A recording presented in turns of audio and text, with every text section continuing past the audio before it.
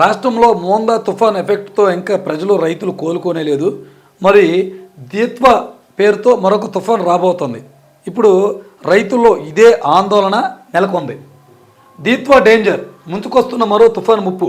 నేడు తమిళనాడు కోస్తాంధ్ర తీరాలకు సమీపంగా రానున్న దీత్వ తుఫాన్ దక్షిణ కోస్తా సీమ జిల్లాలపై ఈ ప్రభావం చూపబోతుందంట. ఈ తుఫాను 4 జిల్లాలకు ఐఎండీ రెడ్ అలర్ట్ ఇప్పటికే ప్రకటించింది. సముద్రంలోనే ఈ తుఫాను బలహీనపడే అవకాశం ఉన్నట్లుగా చెప్తున్నారు. తీరం దాటుతుందన్న ఇస్రో నిపుణుడు. రాష్ట్ర అధికార యంత్రాంగం మొత్తం అప్రమత్తంగా ఉందంట. పరిస్థితిపై హోంమంత్రి అలాగే సిఎస్ సమీక్షలు చేయబోతూ ఉన్నారంట. సహాయ చర్యల కోసం బృందాలు కూడా సిద్ధం చేయబోతున్నారంట. నేడు రేపు భారీ నుంచి అతి భారీ వర్షాలు కురిసే అవకాశం ఉంది ఆంధ్రప్రదేశ్లో. అసలు ఈ దీత్వ తుఫాన్ అనేది శ్రీలంకలో ఎలాంటి బేభత్సం సృష్టించిందో ఒకసారి మనం చూద్దాం. అక్కడ ఈ తుఫాన్కి 153 మంది మృతి చెందారంట. 191 మంది గల్లంత అయిపోయారంట. అలాగే అనేక ఇళ్ళు ధ్వంసమయ్యి నిరాశ్రయుగా మారిపోయారు. వేల మంది శిబిరాలకు 1,00,000 మందికి పైగా తరలించారంట. అక్కడ తీవ్ర తుఫాన్తో అత్యవసర పరిస్థితి అక్కడ ప్రకటించారు. 27 టన్నుల సహాయ సామాగ్రిని మన దేశం నుంచి కూడా అక్కడికి పంపించారు. కొలంబోలో 300 మంది భారతీయులు. విమానాల రద్దుతో అక్కడ 3 రోజుల పాటు అక్కడే ఉండబోతున్నారంట. ఈ విమానాలు కూడా రద్దు అవుతున్నాయి ఈ తుఫాను ఎఫెక్ట్కి. అలాగే తమిళనాడులో 9 జిల్లాలకు రెడ్ అలర్ట్ కూడా ప్రకటించారంట. కేరళ, కర్ణాటక, తెలంగాణలో కూడా భారీ వర్షాలు ఉండబోతున్నాయి. ఒకవైపు చూస్తే ఇది చెన్నైలోని కసిమేడు హార్బర్లో బోటుకు సురక్షిత ప్రాంతాలకు చేరుతున్న దృశ్యం అంట. బోట్లు కూడా కొట్టుకుపోతాయని తీసుకెళ్ళిపోతున్నారు.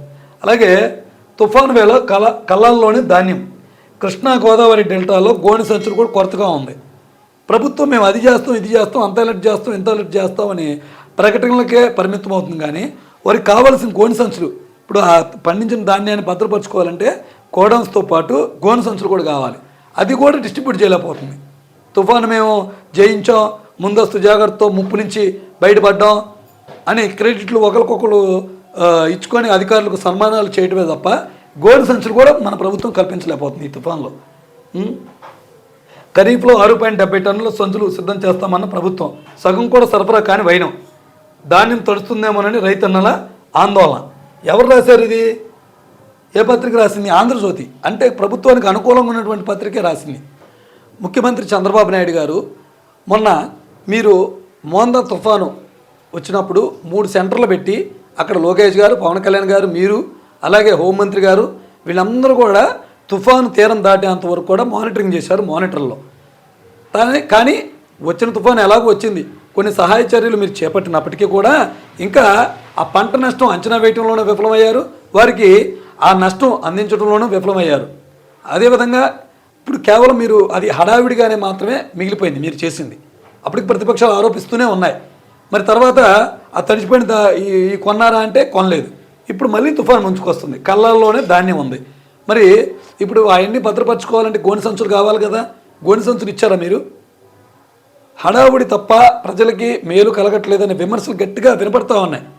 అసలు ఈ పంటలకు బీమా సౌకర్యం కల్పించినట్టే రైతులు చాలా వరకు ఆ బీమా పొంది ఉండేవాళ్ళు కదా. అదే కదా రైతు సంఘాలు కూడా తీవ్రమైనటువంటి ఆందోళన వ్యక్తం చేసినాయి.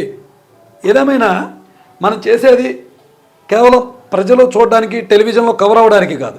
గ్రౌండ్ లెవెల్లో టాక్ వచ్చినప్పుడే బాగా చేసింది ఈ ప్రభుత్వాన్ని ఒక మంచి సానుకూల దృక్పథం వచ్చినప్పుడే మనం సక్సెస్ సాధించినట్టు. ఇప్పుడు గోనె సంచులు లేక ఎంతమంది రైతులు రేపొద్దున ఈ కళల్లో కనుక రైతులు ఈ పంట తడిచిపోతే ఎంత వ్యతిరేకత వస్తుందో మీరే చూడాలి. చూడండి.